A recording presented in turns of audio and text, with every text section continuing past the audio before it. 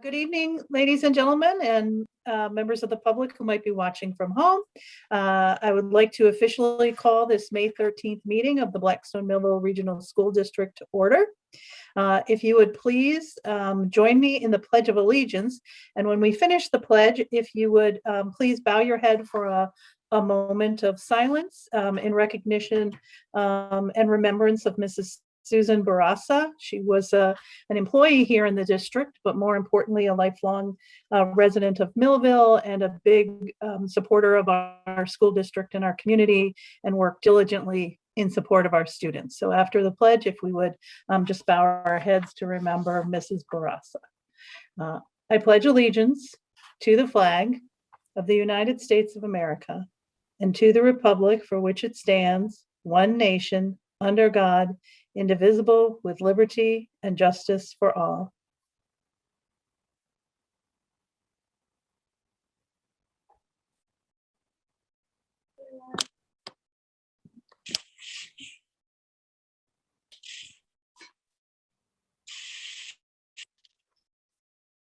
Thank you. And in remembering Mrs. Barassa's family, herself, we'd also like to send our condolences to her family. It was a battle that she fought bravely, and we will think of her often. So our condolences. And so now we have an exciting meeting with lots of special guests. I'm sad we have to do this one virtually, but technical issues made that important for us. So we are here, and we'll start with the introduction of members. I am Jane Reggio. I am a school committee representative from the town of Millville. And since there's a lot of little dots and I'm not really sure who's here and who's not, I'll just say your first name, and then if you're here, you can introduce yourself. Did Erin get on? No. Tara. Here. Okay, Tara Larkin from Millville. All right. Oh, sorry. That's okay. Amanda, I know you're here. Amanda Gilmain from Millville. Okay. Tim. Tim Howell from Blackstone. Okay. Tammy. Tammy Lemieux from Blackstone. Sarah. Sarah Williams, Blackstone. And Carrie. Carrie got it, Blackstone. Okay, great, everyone. And I know Erin's coming, so she'll probably eventually bop on. So Erin's here, Jane. She is here? Yes. Where are Erin you? Bonaco, Millville. Oh, there she is. I hear you. Oh, there you are. Oh, it's a photo. Okay. In our packet, we have warrants and meeting minutes from March 25th and April 28th. I will entertain a motion to approve them in consent agenda A. Moved by Carrie. Is there a second? Amanda, I'll second. Second by Amanda. All those in favor of consent agenda A, say aye. Aye. Aye. Aye. Any opposition? I don't see it in my notes, so I'm going to abstain. I don't see it in my packet. Okay, and abstention. Okay. I believe they were all emailed to us, but that's okay. And I'm going to hold off on public forum till later because I'm very excited to do a couple different things tonight. One, we have a special guest who is on with us, and we're going to hear about her, and I'm all excited. But before we get to that, I want to tell you about something that I thought was really kind of cool, and I really wanted to share it with the school community and our towns. And it's a letter that we received from, actually Keith forwarded the letter to me, but from John Staples, who's a 1997 graduate of BMR, and many of you may know him. He was an assistant principal at JFK. He was a music teacher, a guidance counselor. And I was going to just tell you the story, but I'm going to read his letter because, like I said, I think it's really kind of cool. But he is one of 11 children of George and Pauline Staples. Our parents raised us on Elm Street in Blackstone. All of us attended school in Blackstone and graduated either from Blackstone High School on Main Street or from BMR. My siblings' names are Paula, Timothy, Francis, James, Kimberly, Daniel, Michael, Virginia, Kenneth, and David. Our parents also had many grandchildren and great-grandchildren attend school in Blackstone or Millville. In talking to my family, we were able to confirm something that we think is really neat. There was a member of our family with the last name of Staples being educated in the Blackstone or Millville schools for 67 consecutive years, from 1952 to 2019. That's really cool. My oldest sister Paula started school in 1952. Fast forward to 2019. In 2019, my great nephew Brett Staples finished the 8th grade at Hartnett Middle School and went on to Blackstone Valley Tech. Also in 2019, my great nephew Alex Staples graduated from BMR. Along the way, there were other grandchildren and great-grandchildren of George and Pauline Staples with last names different than Staples that also attended schools in Blackstone or Millville. In memory of our parents, our family wanted to give a gift to the Blackstone Millville Regional School District. After talking with Mr. Ducharme, assistant principal, we decided to give the gift of 2 new flags, an American flag and a Massachusetts state flag, for the stage and the auditorium at BMR. We would also like to thank the many teachers and administrators who have made a difference in the lives of many members of our family over several decades. So we would like to thank the Staples family, clearly not only for their commitment of 67 years to BMR, but their very generous gift. So I did want to acknowledge that. And then I am going to turn this over to Jenny, who's going to introduce our next exciting person who's joining us tonight. Well, we have 2 very special little girls, although their action is not like little girls. They, they did such great thing for the community. So the first one I want to introduce is Aydah Lafont. Aydah, I even though say Amanda. Amanda is Aydah's mom, and Aydah's dad is Matthew Lafont. So Aydah actually raised $100 for Layla Dream, and I also invited Elena and BJ Charette to come on, and because I wanted them to tell you a little bit about Layla Dream. Elena, you want to? Sure. Thank you so much for having us. So I used to work with Jenny back in Woonsocket, and that's where we met. And at the time, our daughter Layla had passed away from sepsis. She was 5 years old and in kindergarten. So we took that tragedy and we tried to make it something where we could better the lives of others. And we created the Layla's Dream Foundation. We're based out of Cumberland, Rhode Island. And what we do is we raise money for Layla's Dream raises money for 3 things. First, sepsis research, so that this doesn't happen to any other child.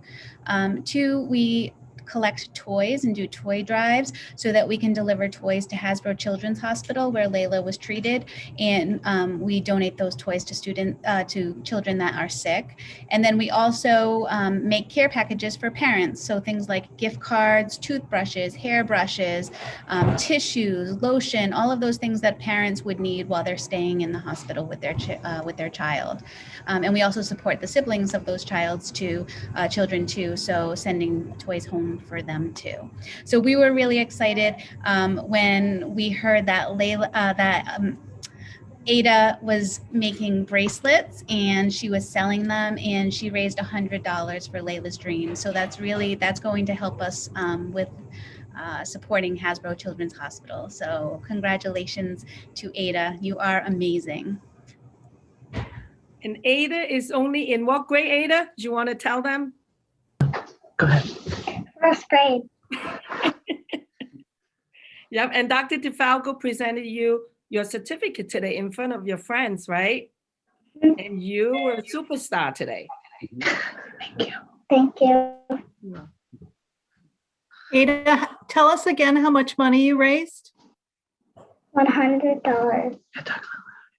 Well, I think that's a miracle.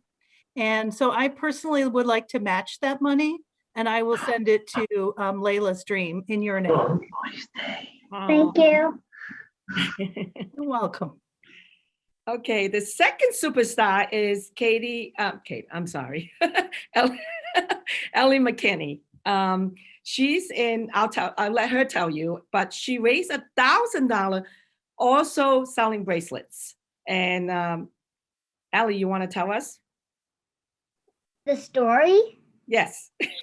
So I was outside and I took the living room tray and I put it outside and I grabbed my bracelet stuff. I started making bracelets. No one went by, but the next day I went out and one car came by, and before that my mom was like, no one's gonna come.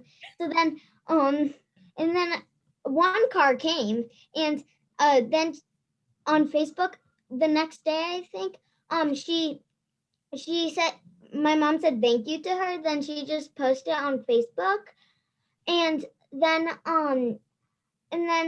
my mom said, do you want to give it to the animal shelter, the money? And when I raised the money, and I was like, yeah, that's a brilliant idea. And then I think a couple days next, I went out with actually a big table and I placed the bracelet stuff down, and I just a bunch of cars came to get some bracelets, and I got a lot of money, and my friend was helping me too, and my mom was dealing with the Facebook stuff because she put stuff on Facebook that people were ordering on Facebook, and then that's how I raised that money. Mm. And Katie, what did you do with your money? I gave it to the animal shelter. In Blackstone? Yes. Okay, well, I cannot match your money because you made a lot, but I will make a donation in your name as well, to the Blackstone Animal Shelter in your name as well. Because I just think when young people start doing things like that, that's such a model for the rest of the people in the world. Like if we could turn kindness and do kindness every day, like the two of you young ladies have done, it would just be so much more, such a better world. So I think what you've done is amazing, and I will make sure that the Blackstone Animal Shelter gets another gift in your name. And I have to say, it's a lot of work, because you remember last year you were teaching me how to make the bracelets at lunch, and it didn't come out right. So I know it's a lot of work. So yeah, thank you girls for coming tonight. And Ali, Dr. Defalto also presented you your certificate, but we kept the whole third grade back from recess a little bit. And I don't know, Carrie, I don't know, is Braden tell you, they thought they were in trouble. And then Dr. Defalto came in and presented a certificate. It was really nice to have everyone there. Yeah, well, it was really a great opportunity. The third graders were awesome, and they were super, super proud. And the first graders were super proud too, except for that one comment that the student made when you said to the class, you know who this man is? And pointed to me, and she said, yeah, some tall, old guy. I said, hey, it's the hair. I got a mask on, all right? And they were right. They were right. But it was so much fun to celebrate and recognize both of our entrepreneurs here. I mean, what an amazing thing that both of you did, young ladies. We're so proud of you. Thank you so much. And I'll be honest, I keep forgetting your name. So every time I refer to you, I say the Bracelet Girls. All right. Thank you for coming tonight. All right. Anybody else want to ask them questions or comments? Okay, well, thank you for taking time out of your night. And again, I apologize it wasn't in person, but please know we just love what you've been doing, and we hope to see more of it. Nice work, ladies. Thank you. Thanks, girls. Have a great night. Bye. Bye. Keep up the good work. Okay. Yep. And I'm,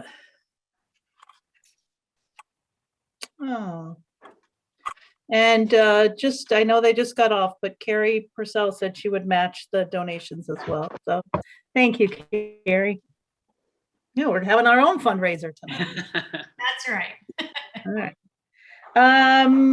I don't, Tim, I'm gonna guess there's not anyone for public forum, but if somebody does pop in or somebody does shoot a question, I will certainly entertain that as we go, because again, we're trying to do more in person, and we just didn't do that tonight. So moving on with the school committee, I have school choice next.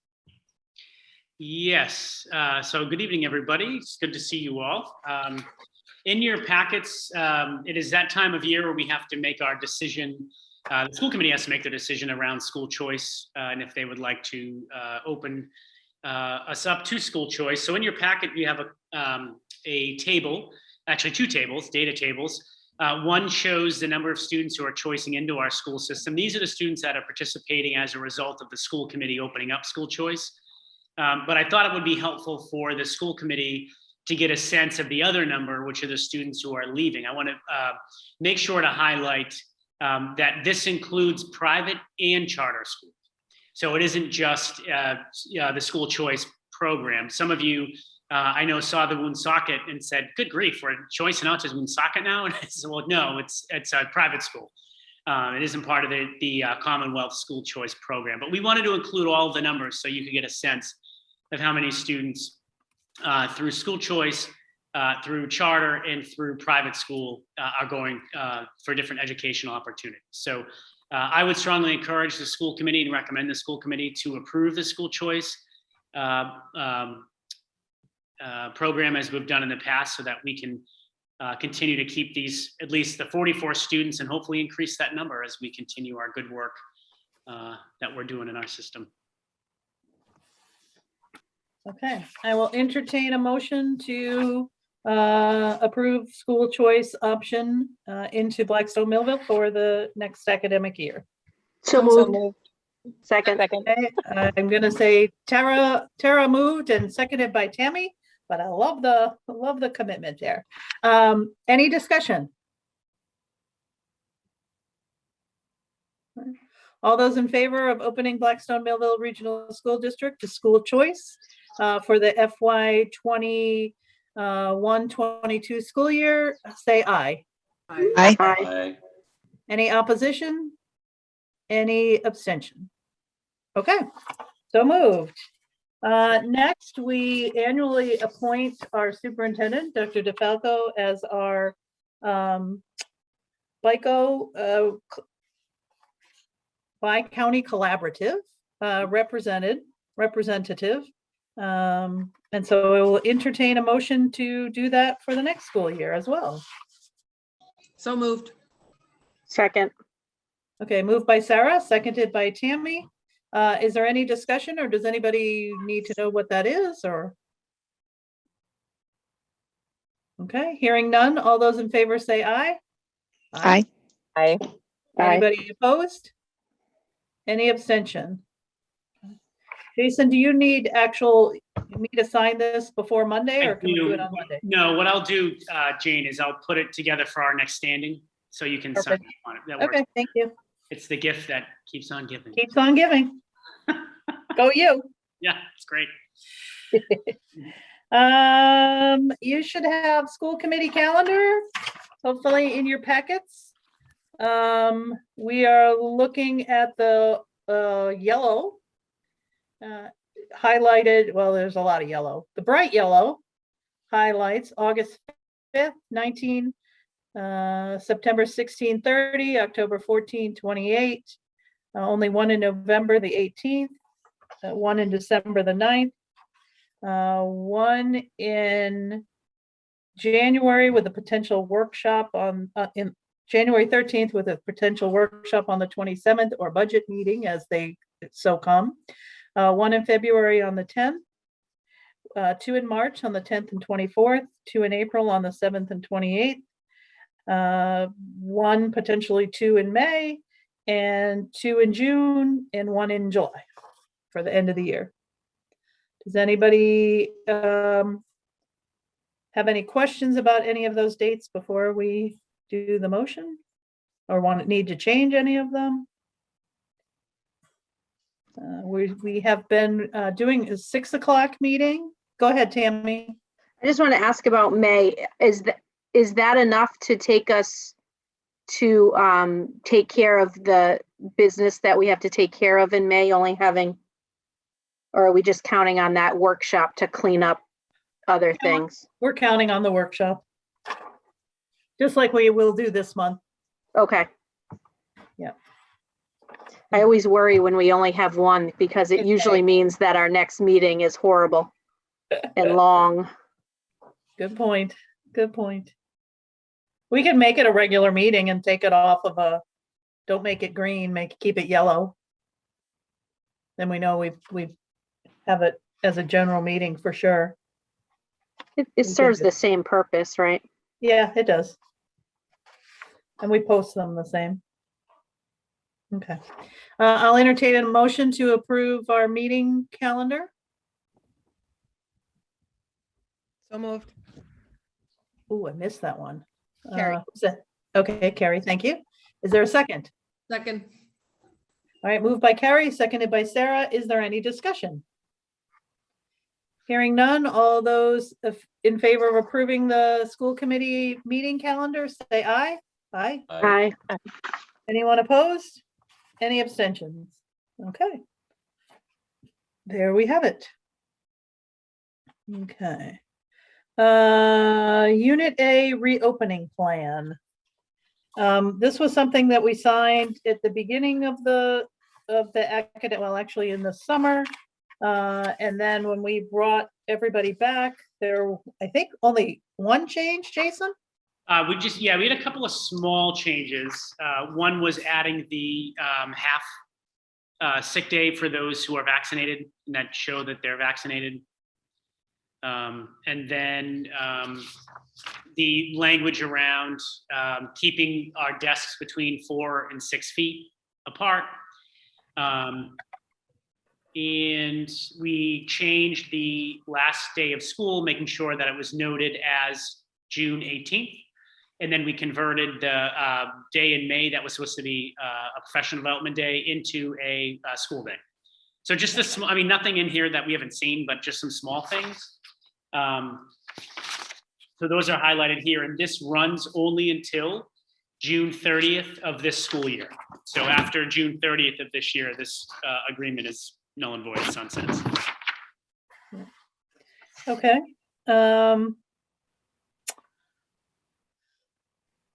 Would somebody like to move approval of the MOA with the changes indicated? So moved. Okay, moved by Amanda. Is there a second? I'll second. Thanks. Thank you, Tim. Seconded by Tim. Is there any discussion? Hearing none. All those in favor of approving the MOA, say aye. Aye. Aye. Any opposed? Any abstentions? Okay. So approved. All right, early retirement. So in the past, in the way past, we have offered an early retirement incentive to Unit A members. And then last year, we also approved one for Unit C. Runs a little bit different, but you have in front of you, or you have in your packet, those motions. And if somebody would like to make the motion, we'll do Unit A, and then we can do Unit C. But if you make it, you got to read it. So,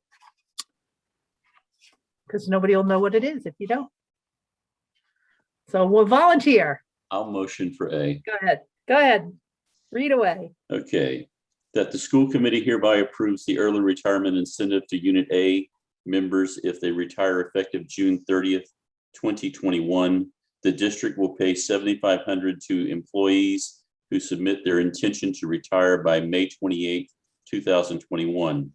The $7,500 will be taxed and is not pensionable and will be paid by July 31st, 2021. Members would not be eligible for the sick leave incentive. Members who declared future retirement are eligible. Employees must be eligible to retire from MTRS. And that is the Massachusetts Teachers Retirement System. Is there a second? Second. Okay, seconded by Sarah. So motion by Tim, second by Sarah.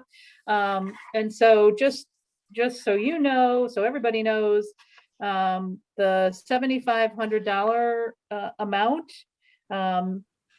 is the same amount that we have offered in the past. If somebody has already said they're going to retire and they only have 2 years left, then it's prorated, so forth and so on. But it does generally, somebody who is eligible to retire and has that many years in the system is generally at a much higher rate than somebody who we would need to, who we would replace that retiree with. So it tends to be a significant savings for the district if people choose to retire. Does anybody have any questions about it or want some more information? Any other discussion? Okay, hearing none. All those in favor of offering this early retirement incentive for Unit A, say aye. Aye. Aye. Anyone opposed? Any abstentions? Okay, is there a willing participant? I was going to say victim, but to read for Unit C. I'll do Unit Tammy C. would love to. Go ahead, Tammy. Sure. I motion that the school committee hereby approves the early retirement incentive to Unit C members if they retire effective June 30, 2021. The district will pay the following to employees who submit their intention to retire by May 28, 2021. $3,500 for a full 7.5-hour custodian, $3,000 for a 6.5-hour paraprofessional, $2,500 for a 12-month administrative assistant, $2,000 for a 6-hour per day cafeteria worker. These amounts are to be prorated based on hours worked and length of time. Employees must be eligible to retire from WCRS. Members who declared future retirement are eligible. And I believe WCRS, and somebody will have to correct me, but Worcester County Retirement System? That's right. That is correct. Thanks. All right. Is there a second? Second. Thanks, Sarah. Okay. Motion by Tammy, second by Sarah. Is there any discussion on this one? Or questions? Okay, hearing none. All those in favor say aye. Aye. Aye. Aye. Aye, aye, aye, aye. Anybody opposed? Any abstentions? Okay, so moved. And Mr. Aaronworth, I assume you'll get that notice out to everybody. And they'll start lining up. I hope not, but Go out tomorrow. it's a good opportunity if you're eligible. And that includes our school committee items, although we do have some other things we will need to take action on later in the meeting. Aye. But right now, I believe I'm going to turn it over to Dr. Defalto. Thanks, Jane. Good evening, everybody, again. I am really pleased to reintroduce to most of you and to introduce to some of you who have not had a chance to meet Carrie Purcell yet, Tim and Amanda, our two newest members to our school committee. Carrie is our lead consultant and expert on all things instructional leadership and leadership development, from the classroom teacher all the way through to the superintendent and everybody in between. Carrie, this is concluding year 3 with the school district and really helping us put in the systems and structures and practices to help us lift and lead our instructional work forward as we start thinking about how best to meet the needs of our students academically and supporting our staff in the classrooms and across each of our buildings. So I'm going to turn it over to Carrie, who is going to walk us through a brief slide deck and talk a little bit about her work this year and in almost kind of a narrative form using some different artifacts of work that have been pulled together. So Carrie, welcome. Thank you. And did you notice for people who've been on these school committee meetings with me that he said the word brief, like really loud? We're Sometimes always hopeful, Carrie. We're always hopeful. always hopeful that I don't take 2 hours, right? So I promise only to take an hour and a half. No, Okay. seriously, I'll try to keep it brief. And it is a pleasure to meet the newest school committee members. And thank you so much for your service in support of students. So I'm always happy to be invited to this opportunity, not to tell my story, but to tell the story of your heroes. And those are the leaders who drive into the parking lot of schools or jump on a Zoom or a Google Meet every single day to do right by the students that they serve. And you have some exceptional leaders here who care more than most leaders that I have the opportunity to work with. So I thought I would start my sort of talk or chat with you with this sort of quote that really captures the work that we've done this year. And it says, if ever there was a time when the leadership of one single person was enough to produce powerful results in a school or district, that time is past. We have gone through an unprecedented, unimaginable time in history. That's no secret to any of us. And yet, through it all, your leaders have risen to the occasion. Not because it was easy, but because those students were waiting for them. And so on behalf of Dr. Defalto and of course myself, I just want to say out loud, thank you for all that they do. So I wanted to take a little bit of a different twist this year, and I'm going to go to presentation mode. And as opposed to talking about the focus schools work, I want to talk with you about the impact of your leaders and the decisions that they've made on moving the needle on building strong systems and structures to meet the needs of every student every day, pandemic or no pandemic. So I want to go back to the last time I was here, and it was early fall-ish. And we had made the promise to you that our work this year was about ensuring impact, not for some students, not for that student, not for this student, but for all students. And to do that, the district and the schools committed to continuing to quarter turn the systems and structures that they had in place to meet the needs of those students. And I have many examples to show you that really illustrates that impact. But I want to talk a little bit about the services this year, because in this unprecedented time, I have spent thousands of hours, as many of us have, sitting in front of this screen. And when we first started entertaining this kind of work, I was like, wow, how is this ever going to make a difference or make an impact? And I will tell you that this year, I went back and was looking through my calendar, and I had the opportunity, because of sitting in front of this screen, of being with leaders in Blackstone Millville 57 different times. Oh my God. Wow. And it has given me the opportunity to go deeper in the work related to that just-in-time support.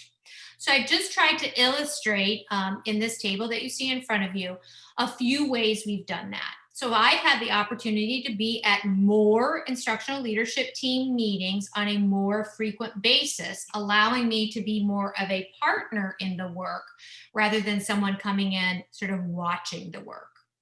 We've had opportunity for principal coaching. We've had opportunity for working with your amazing coaches in Jeff and Mary, who have fearlessly led some amazing work in very difficult times, including the use of a data cycle to inspect what we expect and to ask ourselves, so what now what?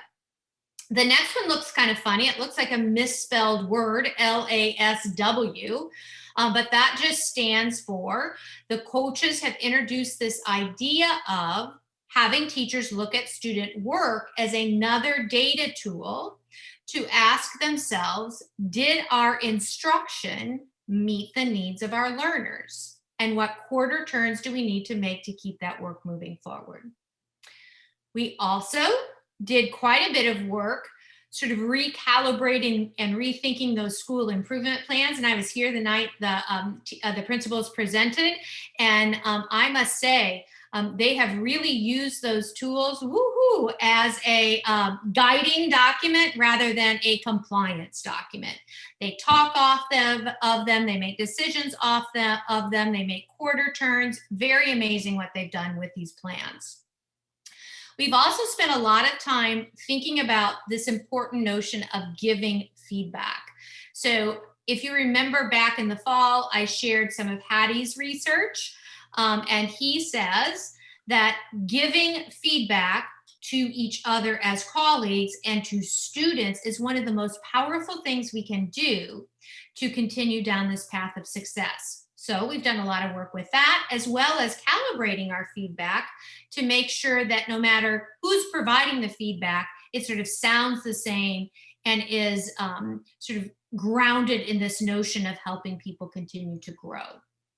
The last piece that's been really fun and I thought was really next to impossible, but thanks to Tanya, she helped me figure out how to do that. I've gone on observations on this screen with principals in classrooms to then calibrate our feedback to think about how to best support that teacher we just observed. So that's just a smattering of examples of the 57 different times that I've been with schools and principals and ILTs this year. And I just wanted to give you a little bit of a glance at that. Before I move to the next slide, are there any questions on any of those sort of bulleted ideas? All righty, so let's look at the real work, and that's not my work. This is the work of your leaders who, beyond a shadow of a doubt, every day have risen to the occasion. So this is an example of the marriage of our focus framework 1. Remember, we talk about this idea of identifying an instructional focus that will meet the needs of students in every classroom every day. So at the elementary school, they started this year really thinking about using their collaboration time to examine data to make sure that the focus was helping students to get smarter. This has been a process that they've tried a couple of times, and it's been so much fun to watch the principals release the responsibility onto the teachers who are now leading these conversations. That's exactly where we want schools to be. So that's one example. Another example of impact is really getting teachers and administrative staff to begin to think deeply about the things that they are doing in service of students and the impact that is having. So this is an example of how one school framed a meeting, a professional development session, around an essential question, and they used that then to make adjustments to their teaching and learning the very next day. So again, another amazing example of how teachers are starting to own this work, make it their own, and deliver their own professional development that is just in time for them. This one might be a little bit hard to see. I did cut and paste a little bit, but this is actually the work of Jeff and Mary, our two coaches, and how they have developed a protocol called the SLICE that they use in grade level or department meetings to have teachers analyze student work with the objective of saying, so what, now what? So again, it's maximizing the time adults are at the table to think deeply about teaching and learning, to continue to grow their craft and their practice, not because that's the easy thing to do, but because it's the right thing to do for all of the students. And I've had the opportunity to sit with both Mary and Jeff who have run these SLICE protocols seamlessly and successfully, and they're already asking, can we get a new protocol for next year? And we're ready to take this deeper, and our teachers really like this, and can we videotape it and share it at a PD session? So because of their leadership, people are getting very excited about this process. This is an example, happens to be from the middle school, I believe. It was an ILT meeting where this decision was sort of happened. And this is an example of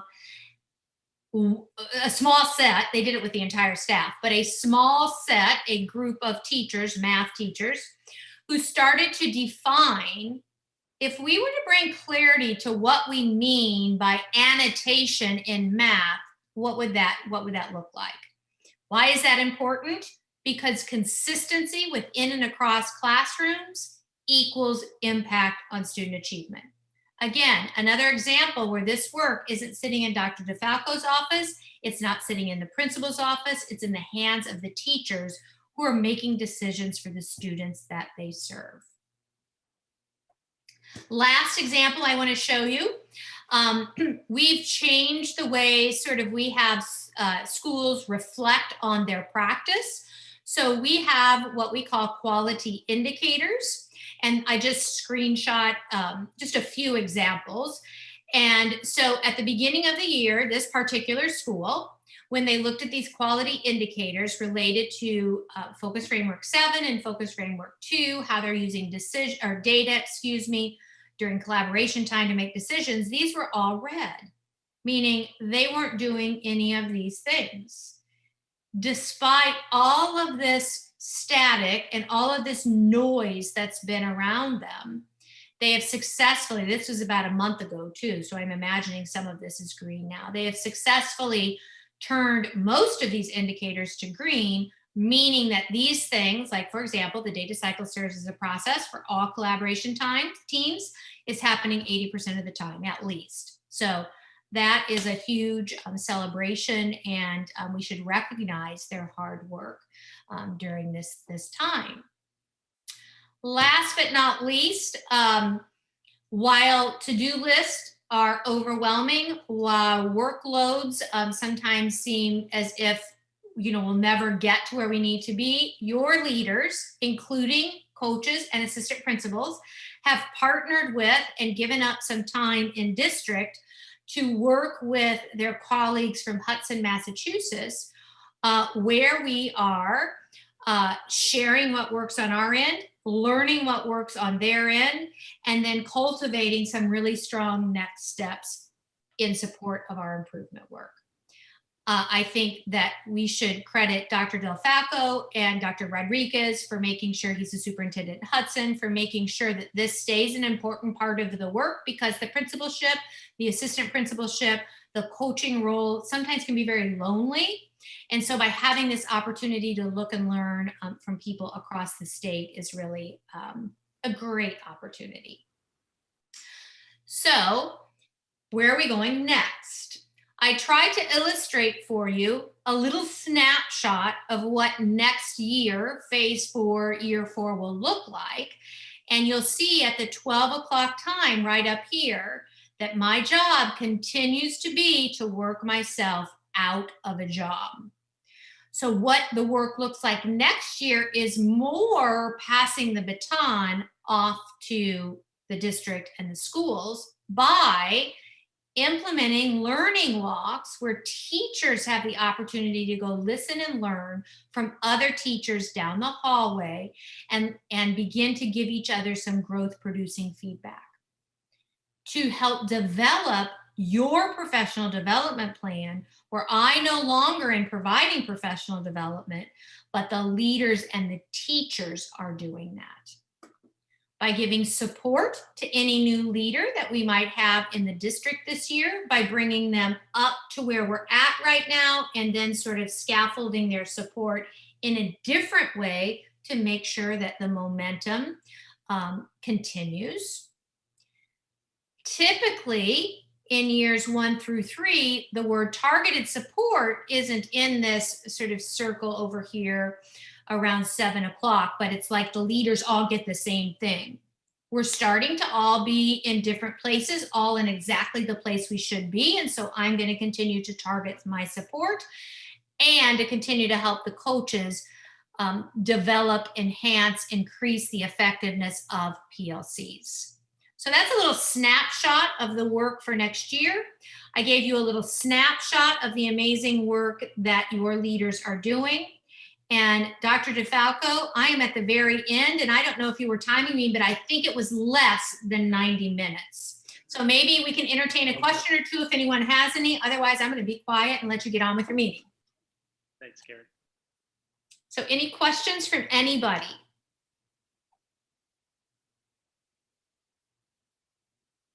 You're muted, Jane. Oops, Jane, I think you're muted, my friend.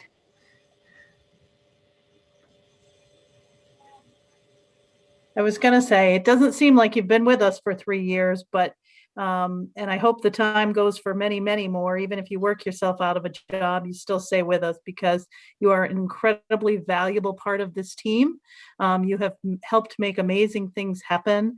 And I think the partnership that has been developed is one that other districts should look to replicate, because we can measure, we can, clearly measure the difference that your work has made. So I, for one, am extremely thankful. Well, thank you. I'm grateful and honored to have this chance. I love these people, and they know that they can find me or reach me 24/7. I would do anything for them because I know they have the right heart to do this hard work. And I'll just echo that, Jean. Carrie, I love your energy and your follow through. So I hope you are here for many more years with us. Just curious, the 57 visits, what do you know what it was last, well, not last year because but maybe the year before, how much time you would have gotten with us in a typical year? Well, it's, I forget, we'd have to look back. Yeah. It was less than 50. It was less, right. And let me be, because I'm really honest, Aaron, so let me be honest. So some of that means I might have done 4 visits in one day when I was on, in the district, but this allowed me to be more flexible. And so if Jenny said, I have a meeting at 10 tomorrow, can you be there? Absolutely, I can. So it allowed more opportunities, more frequency over time. And I'm sure these people are like, oh dear, I hope she comes back on campus soon because she was in my school too much this year.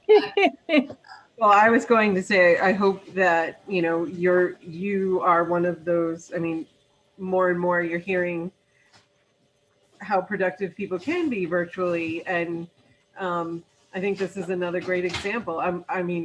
I love when you're at our meetings and in our district as well, but being here virtually, I think it was a good outcome for us. So I appreciate that. I hope you can continue some of your virtual work and implement getting back in as well. Yes, I miss it. Hybrid is what they call it, I think. I don't know. Yes. I think 13 months ago, I was scared to death to get on a Zoom. What do I do? How do I do this? I don't know how to turn my camera. And now it's like the way we do business now, right? That's it. Anyone else? All right. Well, thank you very much, Carrie. You're welcome very much. Thanks, Carrie. Appreciate it as always. Jane, is it okay? We have one of our senior class officers. We do. Okay, yeah. great. So great. Mr. Dudek, I don't know if you want to introduce oh, there she is. Never mind. How are you? I know that I think the committee wanted to hear a little bit from the senior officers about the senior events or something along those lines. And so this is, I think a good opportunity for that, if that would be okay, Jane, with you. Yeah, that's great. Hi. Hello. Hello. You're probably you hear masked me? because you have to be, huh? You're in a building. can Yeah. you I hear see that. me? Okay. So I will turn this over to you and to Mike, and you can tell us what's going on, what you're excited about, how many more days before graduation, and what you need or how we can help make this tremendously memorable for the class of 2021. So I'd have to start with that. I think all the officers are pretty satisfied with what we've been given to do because we didn't really expect much and we're very thankful for the opportunities that are being provided. So I think you all know that our banquet is on the 27th, so everyone is extremely excited for that. And then after that, we have the rehearsal in the district walk on June 3rd, I believe, along with the walnut that night. Then the day after graduation day, we'll have a breakfast and then graduation. And then the senior send-off will be June 8th, which is the Tuesday of the following week.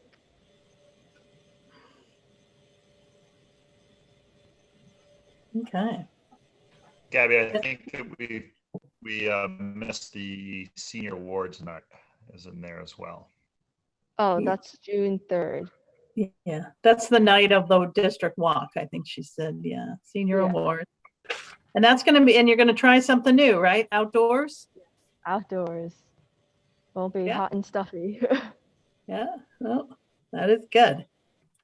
So we can have some people watch, people get their awards and recognize the great work that the senior class has done. And I believe there's gonna be some photos lining the drive again, maybe next week, right?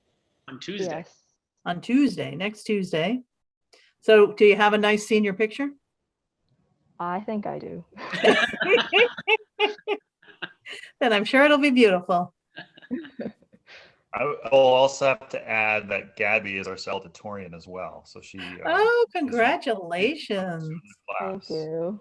Very She's well. gone into some really good schools. I don't know if Thank she wants to share you. that as well. I'm giving you the spotlight, Gabby. So I got into Northeastern, UMass Amherst, Providence College, Johnson and Wales, Roger Williams, Oh my God. Springfield, Quinnipiac. I think I said all of them. And have you decided? I decided on UMass Amherst. Oh, congratulations. Thank you. Is your sister there? Yes. I thought so. Yeah, that's awesome. And what do you hope to study? Not that you won't change it 12 times, but So right now it's public health sciences because I want to Okay. become a physician assistant. So nice. Been a big help last week or so organizing all the caps and gowns and running senior meetings and getting prepared for NHS. As I mentioned to her today after she was hopping out the caps and gowns, you know. Keith, if you're talking, you're totally freezing. The cooperates to have an outdoor first ever outdoor awards night, and I mentioned to her was the class of, I believe, 1992. Can you hear me now? No, you might want to log out and log back in, Keith. It's not a bad frozen face, but your speech is very delayed. But I think I heard something about picking up caps and gowns. And I think what he Yeah, was so saying on was that our- graduation shifted outside and for the class of 1992, and it stuck with that. So they're wondering if the awards night going outside might be a new tradition moving forward. That the Oh, class of yeah. 21 was kind of the trendsetters for. I think, is that right, Gabby? I think he was. yeah, Yeah. and the caps and gowns, we're getting them on the seniors last day, so the 27th also. Okay. Oh, that's your last day. How many more days is that? That's not even like, that's like 10. Yes. Oh, Very excited. Hear me now. yes, we can. All right, I'm sorry about that. As I was saying, Gabby's been a big help over the last week, getting caps and gowns ready, pulling out the NHS caps and gowns. And as I told her today, you know, the plan is, weather permitting, to have an outdoor awards night on Thursday, something the class of 21 can always look back and say, we were the first class to do it. Kind of like the class of 1992 that decided to ask to have the graduation outside, and it's only going inside for rain. So hopefully this class can have that on their record of they're the group that moved awards night outside permanently. Great. Okay. Anybody have any questions for Gabby? or comments? A question in general, I guess it could be Gabby or Mr. Dudek. I know last time you were with us, Mr. Dudek, you mentioned that we needed a minimum number of students for the formal banquet. Do you know where we stand with that? And that would be 2 weeks from tonight, I believe, the 27th. Yeah. So we So need I'm not entirely sure, but Gabby made notes. I know she's been collecting tickets and money and class dues and all that. So. So we need 60 tickets sold by Monday. And we have about 35 right now, I believe. And why is there a minimum? Is it to cover the cost, or The place at a minimum of 60 people. Pleasant Valley. so do we And I have a would say backup plan? the history of students buying tickets are always last minute. They always buy last minute, so usually, we extend deadlines, and I think they're gonna have to pay their dues. So I know there are a lot of kids today that will look and turn in dues. So I'm not too concerned that I think we'll get about 60 pretty quickly. But like most dances, proms, or events that we have, the students are right to the deadline before they purchase tickets. That's just kind of how the kids handle things. So I'm really not worried. I know we've been in contact with both advisors today, and we had a meeting today. So I think by next week we should be. Keith, try shutting off your video feed. You might get better. It might be better to understand you, easier to understand you. There you go. Well, I actually got most of that one, but he's not worried. Most seniors and most students in general wait to the last possible moment. They'll come to school on Monday and they'll call desperately for the money they need or whatever. And hopefully, Gabby, you'll be all set and you'll have at least 60 or more. Be nice to see them all go and celebrate their great accomplishments. Can I ask a clarifying question? Are outside guests allowed to go to that event, or is it just internal folks? Only seniors in BMR. Yeah, only BMR seniors. Yep. Anyone else? So I guess our one question that I know Tara wanted to be here for this part too, but had to cut off is there anything the class needs? I know obviously you've been in great contact with Mr. Ducharme, Mr. Dudek, but sometimes we feel like students don't realize that we're here for them, and you can come to us for things that might feel out of reach. So just keep that in mind. And the committee definitely wants to recognize this class for all their years, but it's been another unprecedented year, unfortunately, for the entire year. So we just want to make sure that we do support you, and as the full administration has. But if there's any last minute details, don't hesitate to reach out to any of us. I don't think there's anything we need. We just need the class to pay their dues, really. Yeah, I'm thinking that, and it's definitely a discussion for another time, but maybe some kind of yearly incentive. Maybe we up the dues to $35 a year and get $5 discount for the ones that pay it each year. So it's not such a hardship in the end of the fourth year. I had two Vinacos had to go finish paying theirs today at lunch. So I'm definitely one of them, parents that didn't keep up with it, but maybe something can be done later and that would be something we could talk about after, I'm sure. Just to stop that issue. Yeah. All right. Well, Gabby, thank you for taking time out of your schedule. I know you had other commitments this evening, and we really appreciate you stopping in and sharing what's up with us. And I wish you much, much, much success at UMass Amherst, and don't get lost in the crowd. Thank you. Thank you for having me. Thanks, Gabby. Thank you. Thank and sorry you. about being so last minute. That's Mhm. okay. Thank you for being here. Okay. All right.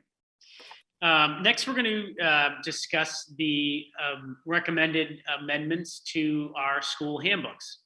So I've asked the principals to be here and the assistant principals to be here this evening. So thank you to the 6 of our team members who are joining us to talk about those. In your package, you received a copy of, it was a little bit different. You received a copy of our current handbook for the elementary and the high school with the recommended changes. The middle school team, being the overachievers that they are, had the recommended changes listed in the front, and then they made the changes and put the new handbook in there, which is totally fine. But we just, like, there's any changes that we move forward with or don't move forward with, we can always make those amendments as we go. So, but what we try to do to make it really clear is to just put essentially a highlight page on the cover of the handbook, where you would find the new language, so that you wouldn't be kind of hunting and pecking through the whole thing, just to make our conversation a little bit more clear and concise. And I think the 2 pieces, just to highlight before I turn it over to the elementary team to kick us off, is the 2 main changes you probably noticed were in dress code policy, making sure, or practices rather, making sure that we're aligned across our schools, and Chromebooks. Because we are fully one-to-one now across the system, we needed to make sure that we had some new language in there to help ensure that our Chromebooks are being used correctly and are well cared for. So with that, I'm going to turn it over to Dr. Rumka and Mrs. Schaefer. Good evening. We don't really have a ton of changes in our handbook. So the first several bullets, as you can see on the document, are just updating. So updating committee members, updating the positions in the committee, and making sure that we have everyone, all the different, like the title positions corrected. And then just updating the pages on the cover page and all that on the table of contents. And we have to check actually the entire handbook to make sure that we replace parent guardians with parent caregiver in the handbook, and we move those extras, just make it more formal format changes and spacing, and then update the needed for COVID policy changes. And then also the school calendar, obviously making sure that's updated, along with the bullying prevention intervention. So we just have to update to have the current policy changes in there. Mm-hmm. As you know, we have the reorganization between Millville and the complex. So the school hours will change. We don't have those times yet. So with that being said, the tardy policy would change as well because of the time. In our program of studies, we're just cleaning that up a little bit. So we're just on page 14. It actually, grade 1's the only grade that actually says like, grade 1 students at such and such at JFK and Millville Elementary School. We're taking that line out because no other grade has it. So to have consistency, we did take that line out. And then we're just removing the online. It says online and available at the office. So we have just the available at the office request. Mm-hmm. And then the 2 big changes, well, not changes, but two policy that we worked on as an admin team is, one of them is, as you know, we're one-to-one Chromebook, and we wanted to make sure that all levels have the policy, the Chromebook policy in place. And we kind of took that from the middle school. They did such a fine job with, talk about how to care your Chromebook, cleaning, and also, consequence for violating Chromebook policy. And so that is attached to it, to the changes. And consistent with the middle school and high school is the dress code. So we all have same language for that as well, so that there will be no surprises. In one school you can wear this, in another school we all have the same language, so that doesn't cause any confusion for families that have kids in multiple schools. It'll be nice and consistent for those families. And then the last change we have on there is just with the reorganization, the instead of BPO and MESPA, we're going to put BMEPTO, Blackstone Millville Elementary Parent Teachers Organization, is what they're when they join forces is what they're going to be called now. So we just updated that. Any questions? Jane, I think you're muted. Any questions for the elementary school? Tammy, go ahead. Christina, can you speak to how the dress code policy was developed? Who was part of that group? I know that that has been a great source of discussion in recent days. And, you know, I think during the Facebook conversations that were happening, I was referring them to the school, you know, appropriate school councils. But I don't know if that's the group that are meeting to do these things. I mean, when I was on school council at all the schools, we talked about dress code, but I don't know if that's the same this year with COVID. So we, as the building principals met and used this policy. I believe, Mike, was it the high school policy that we used and then tweaked it a little bit? Yeah, that's correct. So I know Tammy was part of that conversation at the high school a couple of years ago, where we looked at language, looked at what was, you know, maybe a little, you know, from a gender perspective and what was specific. So at the high school, we were able to tweak Mike, that you're cutting out too, so you may want years to take ago, your video and off. we used that as a guiding document for elementary and middle. And then it's just at the high school. Does that sound better? I'm sorry. A little bit. I think the headline was yes. Yeah, we look at it. We look at all three levels policy. Yes. Elementary was very, very vague. Very, yeah. Yeah, and the middle school is very, very specific. And then the middle, the high school was like kind of smack in the middle. So we decided to use the high school and work on it. And to answer your question, Tammy, the policy did go through the school council and approved. Thank you. Anyone else have any other questions or concerns or issues or changes?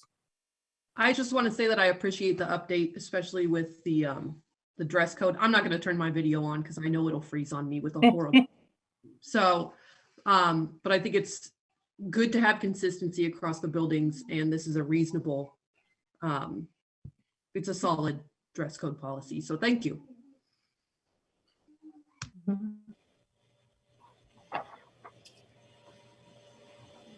Okay to move on to the middle school? Yeah, we're gonna do them all at once then? Is that was the thought, but we can do something different. If Nope, you have something nope, else. that's okay. Go for it. All right, Tanya and Janice, if you want to just highlight the changes again, some commonalities between Chromebooks and dress code, but anything else that you want to address. So I with the dress code, I had someone reach out to me, and then I looked at everyone's and I thought, wow, they're all very different. And then ours was quite specific, as Jenny had said. So we do have that in ours. We have just a small update with the personal electronic devices. Even then, as we were, as I was reviewing it again now, see, we should just say e-readers, because I'm not, like, they don't sell Nooks already. So just trying to update some of what the devices are as fast as they keep changing. So because we had the word iPods in there, so I don't know that any kids know what an iPod is anymore. Then the other piece that we had to update. So the BMR SD core values, we inserted the core values that we have in our district blueprint. So we changed those. And then the major pieces again were the dress code, the Chromebooks. We did have some language already in the middle school with the Chromebook. So we had, while it's all new for others, there's only some parts that are new for us because we did have previous pieces in there. And then just adding the new the bullying prevention policy from December. We wanted to make sure that people realize, because we did it as an addendum, that it is in there this time. Tanya, thanks for bringing that up. I appreciate you mentioning that, just because it was, I know the school committee already approved it. But Right, so that's like 13 of those pages. Yeah, exactly. But I wanted it to formally be placed in the handbook. Yeah, makes sense. I don't know if Jan wanted to add anything. I just want to also add that there was just a little minor language change for when a student gets suspended from school, where who they appeal to. It's not a principal designee, but it has to be the principal. So under that section 7137H, and that was changed as well, but that was pretty much it. Right, thank you. We were reviewing state policy and law, so I don't know why, we're not sure why it said it in there, because that's, the law is that it has to be the principal. Okay.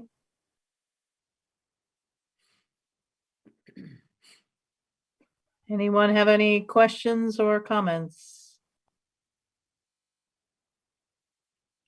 Okay, thank you very much. And lastly, the high school. Anything additional than dress code and Chromebooks? And Mike, you may want to shut your camera off just to make sure you don't get frozen there. I can't hear you, Mike.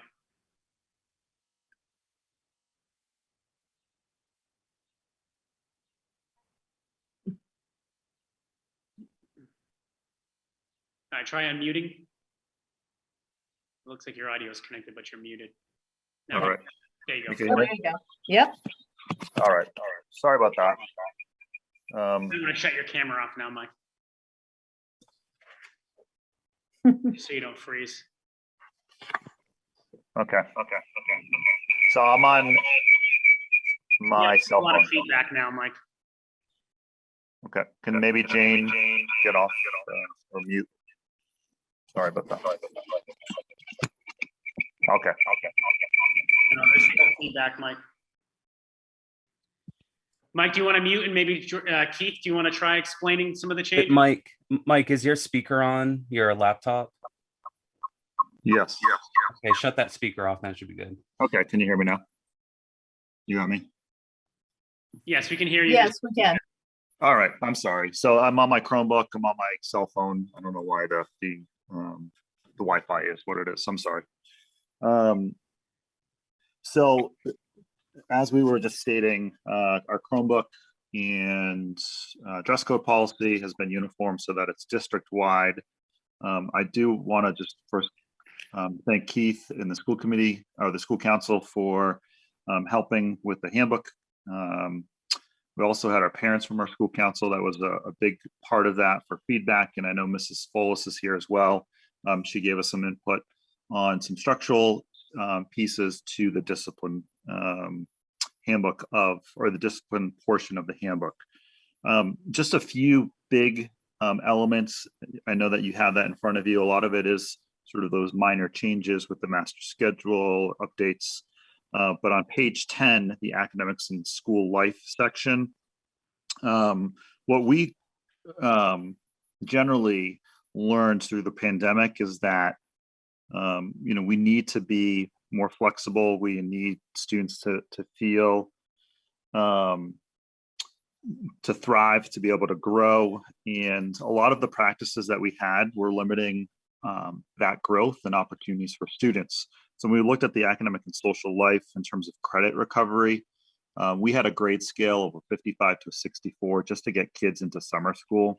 And so what we decided to do is really look at that and say credit recovery is what we're looking for students to be able to do in late spring and summer. And we're allowing all students to be able to gain credit back through an approved, high school or district program. So you'll see that that's the language that's been changed in terms of quote summer school to credit recovery. Looking at student assessments and portfolios on page 19 and 20, we added the language that was in our faculty handbook on that.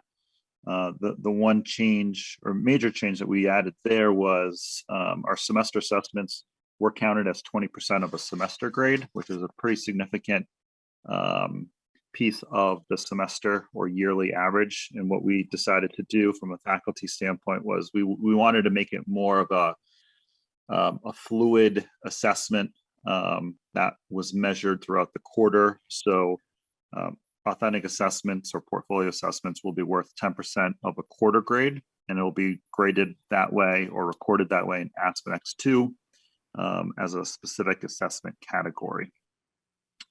Summer school regulations, you'll see, again, that language of a 55 for anything that was below a 55 could not be made up in summer school, and students needed to retake that course for a full year.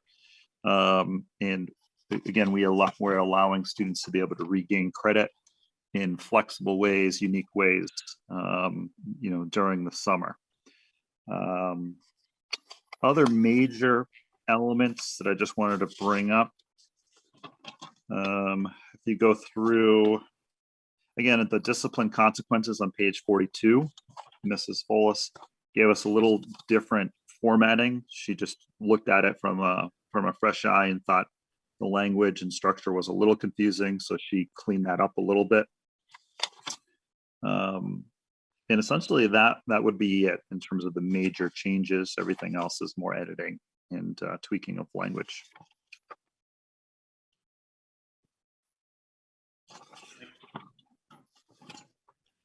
Keith, anything else? I'm hoping I'm working a little better than Mike's voice was then. No, I agree with Mr. Dudek. I want to thank Ms. Folis for giving a fresh eye on some things and making some changes. And thank the Principal's Council and actually the faculty, because, with this year, we had to really look at some changes, especially with credit recovery. We have to give students more opportunities and different opportunities than what we had in the past. So I think that's really going to help our students. Hopefully, not having to deal with the pandemic next year, but just give them different opportunities to be successful. Thank you. Any questions for the high school?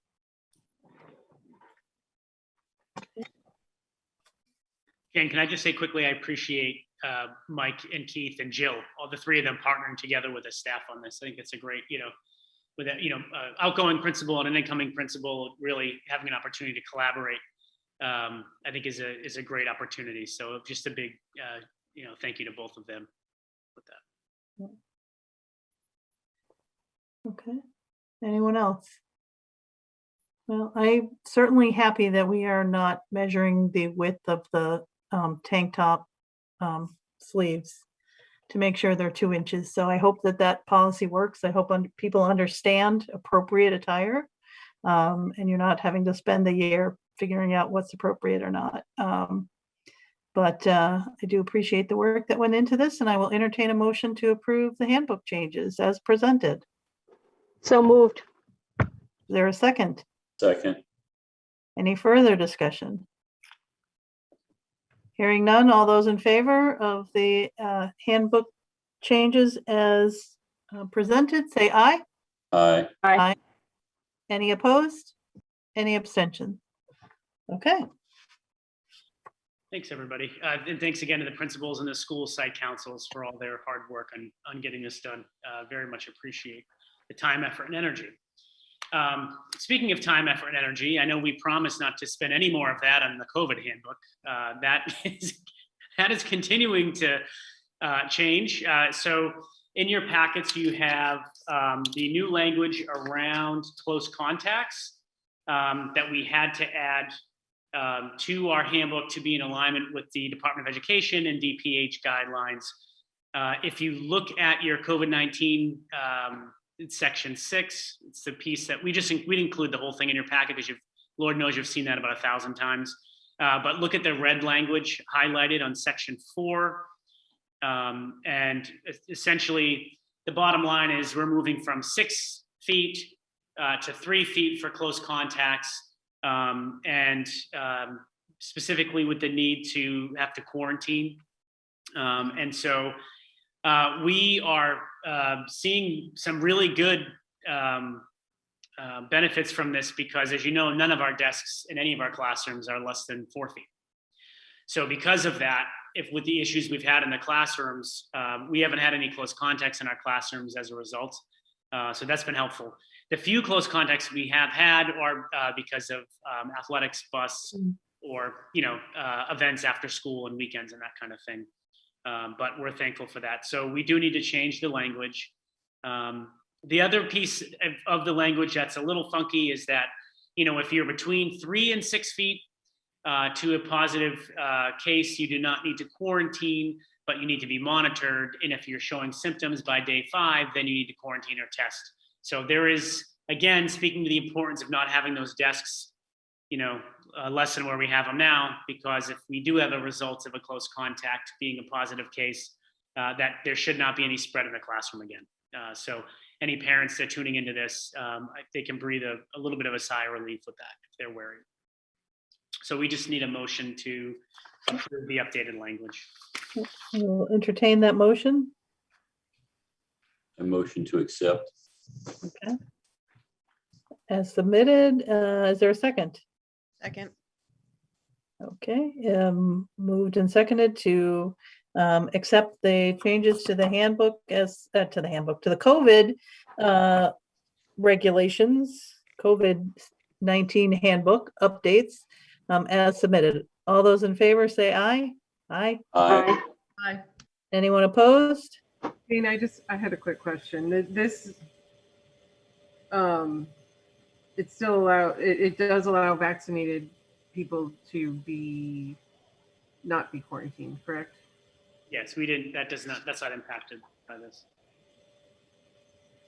And frankly, we're probably going to see another change based on the recent CDC changes about masking, but I don't know. The last time we approved vaccinated individuals that they didn't have to, and that it's not worded in here, that they didn't have to quarantine unless they became symptomatic. Yes, are you asking why is it not noted in here? Yeah. I'll check with Karen on that. I'm not sure. I don't know if it's in a different section. We only put it in section 6, so it might be somewhere. That's a great question, Aaron. It might be in a different place. This is really just changing the 3 feet to 6 feet. Correct. Yeah. Yep. And we will have to make another change because, again, people who are vaccinated, if they're outside, now they can be masked. I mean, it's just going to keep changing. We just got to get through a month and a half or whatever we got left. A month, right? A month.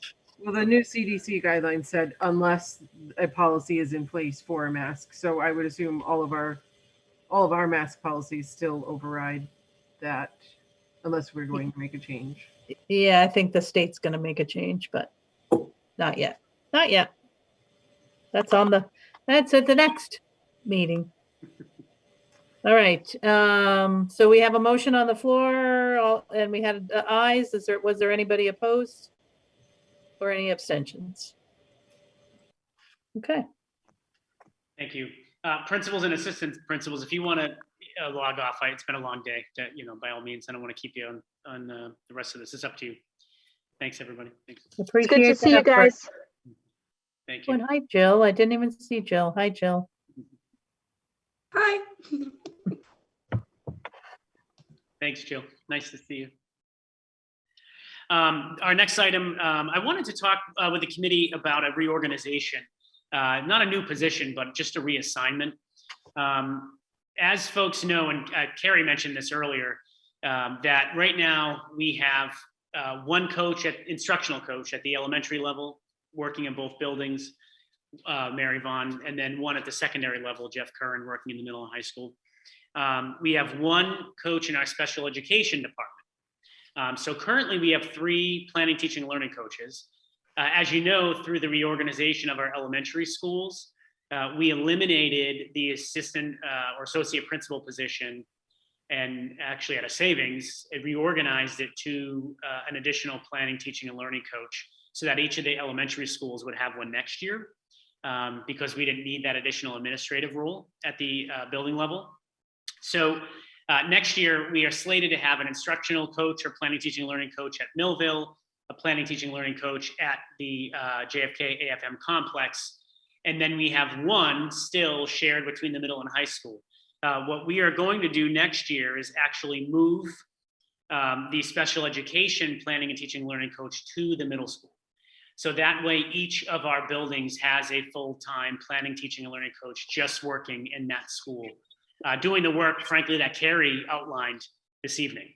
So I was really glad that that discussion came before this. So, you know, I know the coaching role, is something we've discussed at length in the past, but I wanted to put it out there because the role is so critically important in helping us to improve our instruction and learning. And I wasn't sure if there was any, you know, discussion or questions or opposition. You know, I don't know where people's thoughts are with that, but I wanted to make sure that we had that discussion.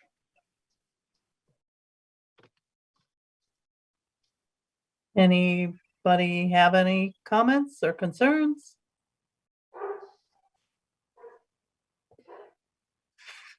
Okay.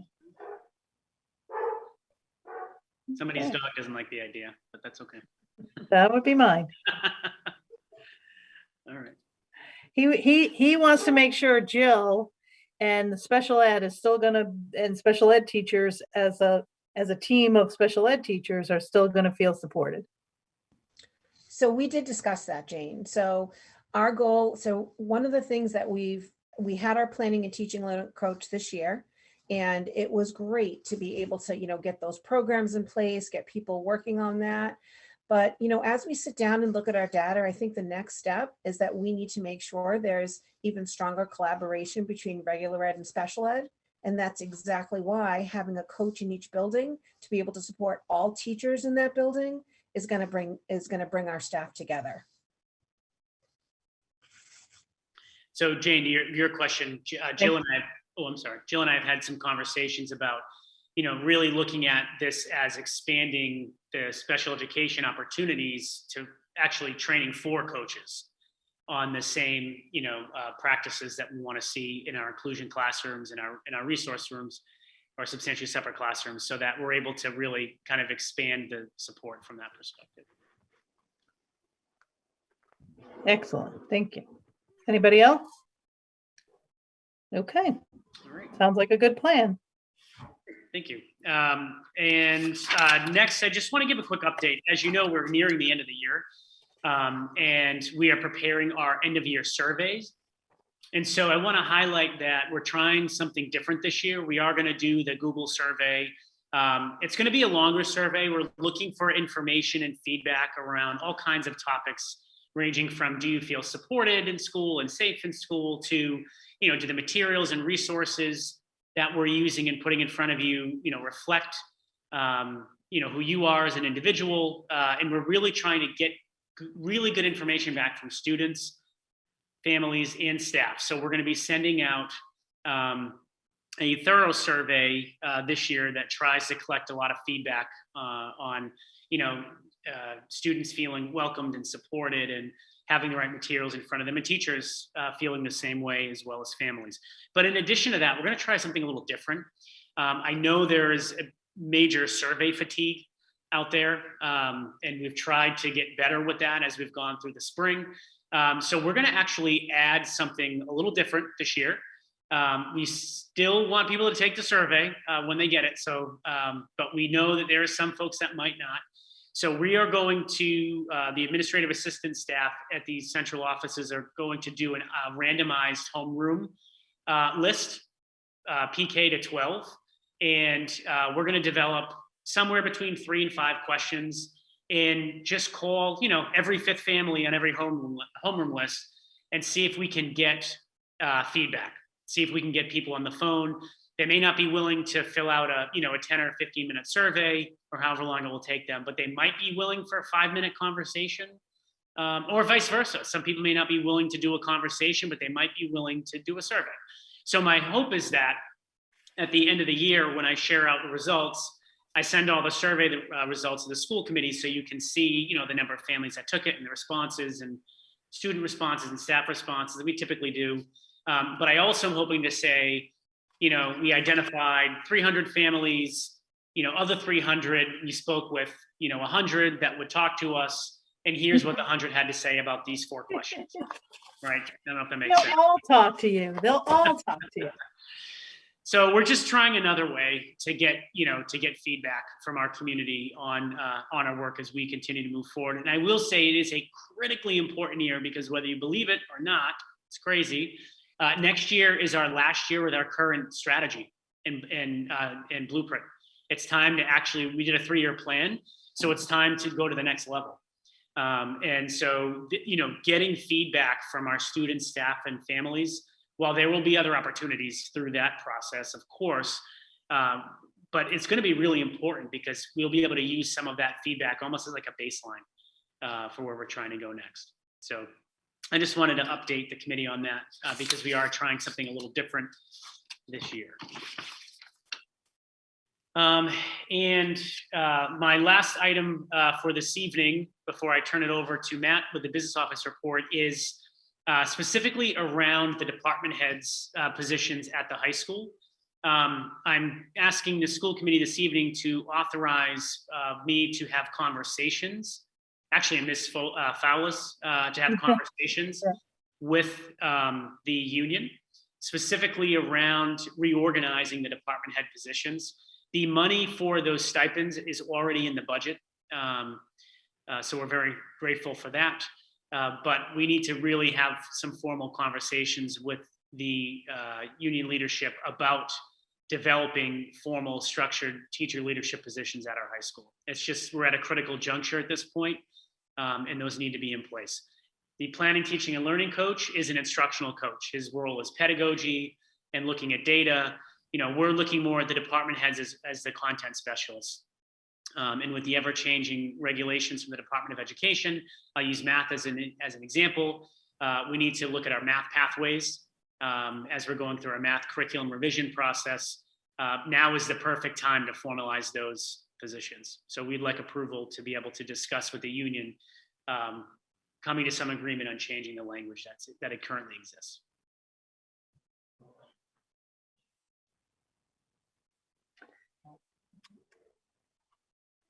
Okay. I will entertain a motion to allow Dr. Defalco and Jill and any other administrator people he would like to include to have discussions with, I assume, Unit A regarding a memo of understanding around high school department heads or content leaders. I so move. Okay. Moved by Tim. Is there a second by Sarah? Yep. Is there any discussion? Okay, hearing none. Oh, I was just going to ask a question. Typically, how are those positions? I mean, we haven't had them in a couple of years. Are they typically appointed, or do they have to volunteer, or what's the usual method of selecting those folks? So so since I've been here, we haven't had them. So I don't know how they were done in the past, but with everything that we've done as far as any stipended positions above and beyond, we've posted them with the job descriptions for each, and then interviewed and made selections. So my sense is, that's a great question, Tammy. My sense is we would follow that same process, but I don't know the historical part on how they were selected. I don't know. Thank Jill. you. Sure. I don't know, Jill. I don't know if you know.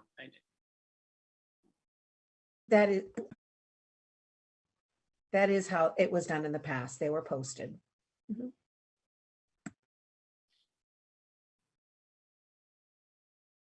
Okay. Anyone else? Okay. All those in favor, did we say aye? Aye. Aye. Aye. Opposed? Abstentions? Okay, have at it. Thank you. And that concludes my report. Mr. Aaronworth. Thank you. Good evening, everyone. Good evening, Mr. Aaronworth. So my first report is the revenue report. That is at the top of your pile in your package. Matt, we're having a hard time hearing you too. You might want to turn your camera off. No, he's okay if he talks in. It's when he turns his head that we lose him. Got it. I'm gonna try to change my microphone setting. I apologize. This is a new computer, so I'm not used to it. You hear me now? Mm-hmm. I'll make sure I face forward. So as you can see, revenues right now are coming in steadily. There are no issues. I would like everyone to note that I changed the colors on the report so that A, they are no longer Christmas-like, B, they are visible. There's really nothing out of the ordinary, as I said, on the revenue report. I can say that since this report was generated, we did receive Blackstone's final installment of their assessment. So that bottom number where it says total collected revenues at about 22 million, we're upwards of 24 million. You can see that we're very close to all of the anticipated revenues. We need to draw down some grants. Things are coming in. Thank you. Questions about the revenue? Anyone? No? Okay. I'll ask you for the next report. I'm going to go to the actual general fund expenditure review. It's under the grant fund expenditure. They all kind of make one report, but the general fund should be the first page. I blew this up so that it was a little more visible for everyone and turned it into 2 pages. Our expenditures are on target right now. If you look at the back side of the general fund expenditure, you'll notice I also put a little summary. You can see in the across the 2 sides, there's a bunch of functions that are all in groups. And I think we discussed this the last time that it might be helpful to summarize them as their specific categories. And I did that at the bottom of the second page. So you can see the 1,000s, which is thousands. 2,000. Yep. I won't list them all. Something I will point out on the back page, I'd like you to look at function code 4130, which is the second one down from the top. Utility services. Yep. Yep, utility services. If you notice, the encumbered year to date is still at $265,000, and it's showing right now that the available balance is in the red. I'm happy to say that our solar projects have been paying off tremendously, and also our energy efficiency with both the boiler replacement at JFK and the boiler replacement at Millville. And I'm expecting that we are going to release a significant amount of that encumbered money, which we originally budgeted. So that current available balance is going to go from red probably to black, maybe into the between $50,000 and $100,000 range, which is tremendous. That's great. Another, that is great. Yep, it is. And another point would be the 5200 code, which is benefits and insurance, about halfway down. Yep. So that shows an encumbrance right now of about 741,000. This was actually prior to the May payment of 300,000. So we just paid another 300 some odd thousand off of that. We have another payment in June, but I believe as opposed to showing a negative, we will probably end up showing some reserves in that area, possibly between 100 and 150,000, which is attributed to that holiday that we received. if you remember, we received that premium holiday in July, which actually saved the district a significant amount. So what will Have happen? more holidays, Matt. Yeah, we actually are anticipating they may announce one for 22. So Oh, wow. we Okay. may see some additional funds Okay. there as well. What we're going to be doing, the accounts payable specialist and I, between now and our first June report, we're going to be really combing through each of the accounts, closing the encumbrances and releasing that money, so that for that first June report, we'll have a much clearer picture of what the final numbers will look like for the year. Okay. So as you know, we always budgeted conservatively. And at the beginning of this year, we went through that tremendous exercise of looking to see where we could save and cut back and cut back and cut back. So I am anticipating that aside from the additional COVID expenditures, on our general budget, we will see significant excess. But if we move to that grant fund expenditure review, you will see, if you look at the total of the COVID-19 grant expenditures, we continue to be running in the red. That's for those positions that we are still funding, that we had originally just received funding to run them through February, but we continued them through the year. We also have had a significant amount of COVID expenditures that were unanticipated. So if you look at the bottom, currently, the total of all expenditures leaves us with only $89,000 in the black. That will change, as I said, as we comb through the accounts and release money from the encumbrances. That will come back upward to a number that we're more familiar seeing, somewhere hopefully 500,000. But potentially, not sure. Again, we have to close out the accounts and really get closer at it. But I want people to know that we're in a good spot with our spending. We did get the full state funding that we didn't expect.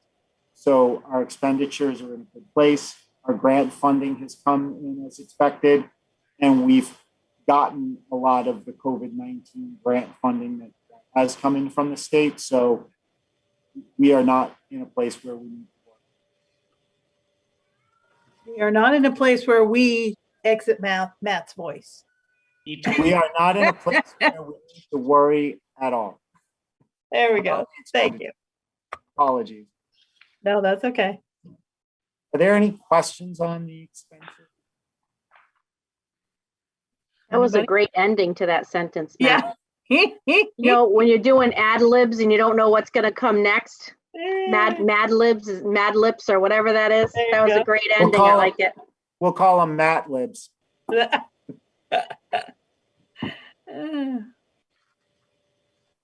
Terrific. My last and final report for the evening is the personnel changes, which I just submit for your review.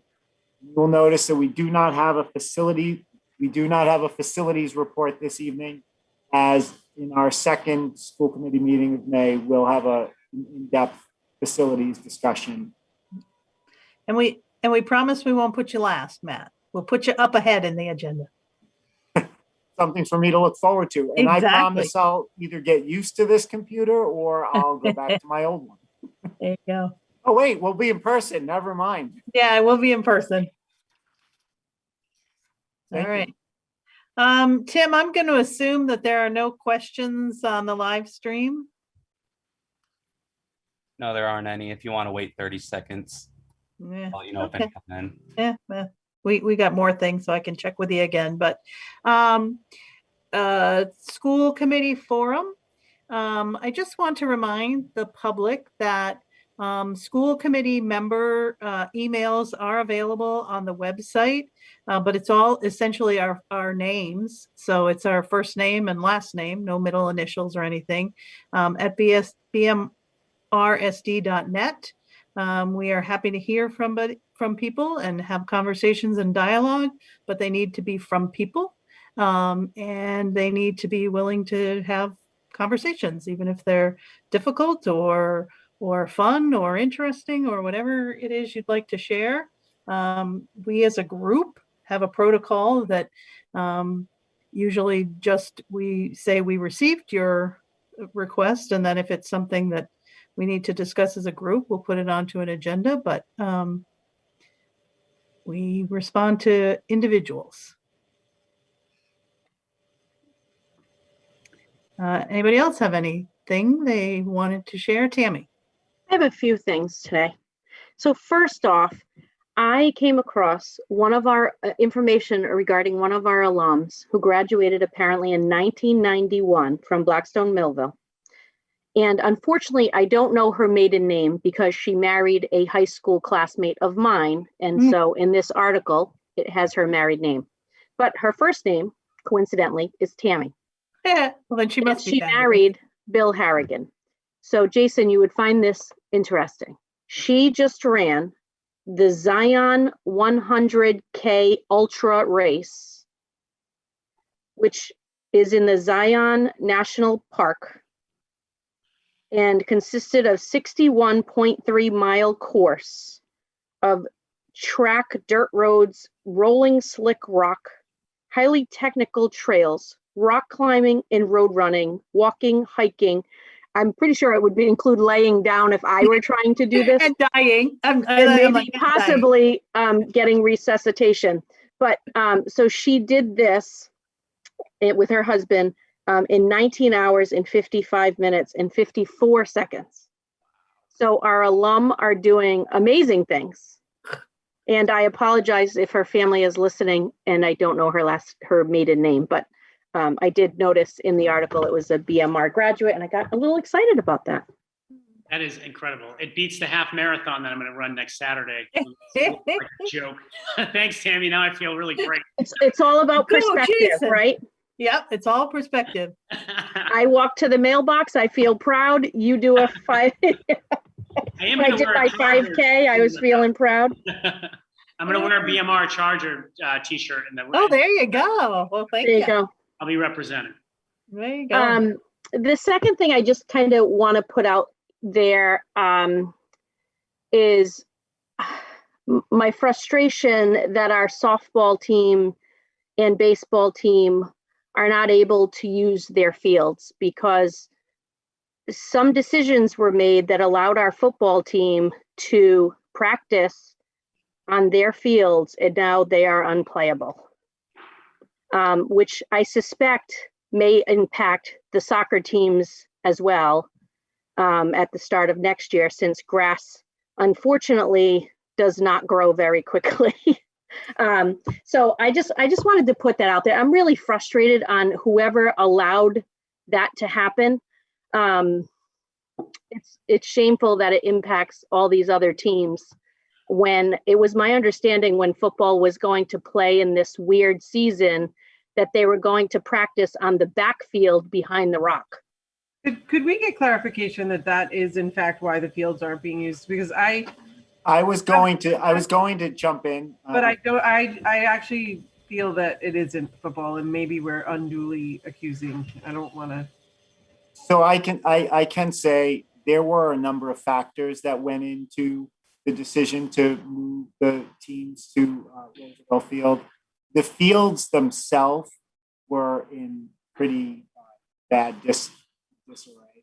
And I think it was the effect of not having used the fields through COVID, and I believe at some point they should have been tended better than they were, and there are certain things that need to be done to the field just to make them more playable and safe for the athletes. And we are currently looking into getting the fields completely redone and resurfaced and seeing what that will cost and trying to move forward. But there definitely were a number of factors. It's not simply football, scuffed up the the outfield, so they can Is play. football truly like one of the factors, Matt? Because soccer was played in both boys and girls at home in the fall. But I keep hearing football, football, football. I was around the school in those 5 to 6 weeks that they were practicing at band drop-offs and pickups, and I always saw them behind the rock where they belonged. So Yeah, it was there. It definitely is attributed to the football. It did impact the outfield, so that impact was significant.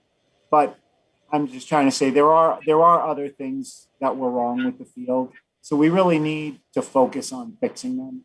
I think at this point, our goal was to move forward, make sure that the kids could play, make sure that the season went on, and come up with a plan to get all of our fields in better shape and have a solid plan for making sure that all of the sports will be.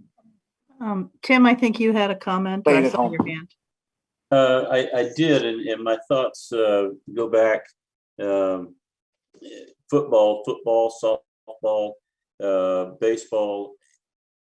Is there any way that we can involve the students, parents in a volunteer effort from the football program, the softball program, what have you, baseball, to come out on a volunteer day to spread topsoil, loam, sand, reseed, fertilize, water, what have you, to get them back in shape without spending capital dollars?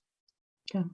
So I will comment a little bit on there, but I do know that I have spoken with Dr. Defalco, and I believe our May or our first June meeting, we will have this on the agenda to talk about athletic fields in general, and the presence that we want that to be and the look that we want. It does impact when you drive up to a school what those facilities look like. And we have relied on volunteers for quite some time now. And the fields that we do have are really thanks to volunteers. We no longer have a groundskeeper whose job was the outdoor in the fields. I mean, it's shared a little bit by the custodian somewhat, but we don't have a groundskeeper, and we do rely on volunteers. And I think that we as a committee have to have a really frank discussion with accurate information in front of us, and that's why I don't think we can necessarily have it today, about what is our priority for athletics and what does that mean in terms of the equipment and fields that are required to have a first-class program. If we're going to have a first-class athletic program and support the students who want to participate in that, and we see it as a priority, there are some things that we're going to have to do, and it's likely going to have to be capital investments. I think we can always ask for volunteers. I think we've had a great volunteer group thus far. I mean, I think we have a shed because of volunteers. I think we have certain things because of volunteers, but I do think there is some responsibility from a school department, from a district, to support those kinds of things as well. So I think it'll be probably a heated, probably an entertaining discussion, but one that definitely needs its due diligence and due time. Matt, when we lead into that meeting, is there a possibility that you can get information of what was done? That bottom soccer field at the bottom of the hill in front of the rock, I thought we did work on that fairly recently in the scheme of things of BMR School District. Is it possible that we can just kind of determine what was done and what the cost was because I think that all blends together. I'm not sure how far the baseball field comes out, but I thought on that soccer field, we did some work a few years back. And, anytime someone says a few years, it could be actually 8. And I just have lost track of time. I know that in the 3 years that I've been here, we've not had any specific work done. Because there was a year soccer couldn't, again, soccer has not been allowed to play up on the top field, the the best field that the district has, which is now the football field, for some amount of years. So they used that backfield, but then at some point they had to play at the complex or practice at the complex, and then they played behind the middle school. And during that time, we did work. Erin, are you saying yes, that I'm right and I'm not losing my mind? Absolutely right. And I believe it was Okay. 2 full seasons of soccer. We thought it was coming back to the high school on that second season. So a full year later, and we were still letting the grass grow. I believe we put a well in down there.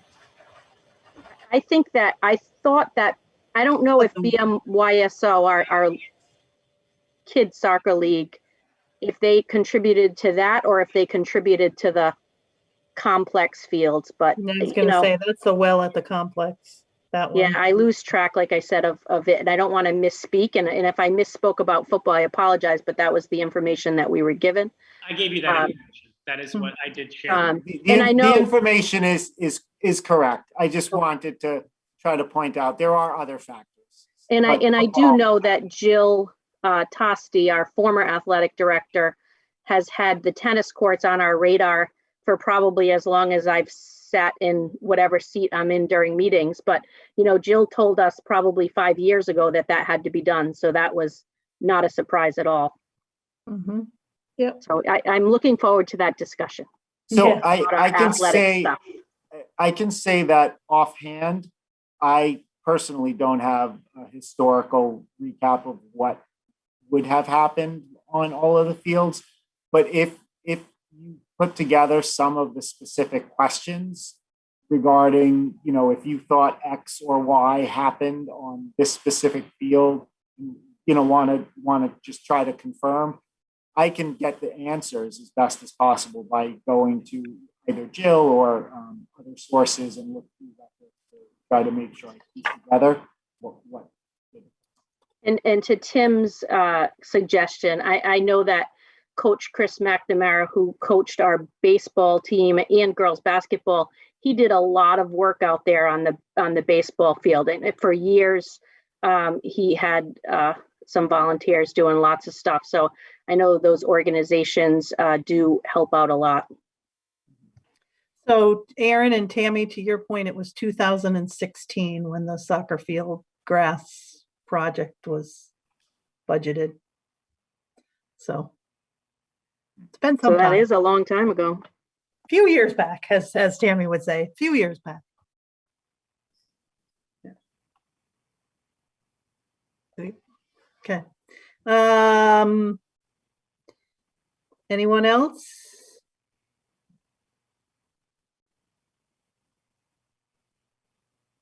Okay. Hearing nobody else, our next meeting is moved to a Wednesday on May 26th at 6 o'clock. Because I know there were some conflicts on Thursday, but are there also conflicts on Wednesday? Or we're good? Oh, there are. Hey, for Tim. Is there for anyone else?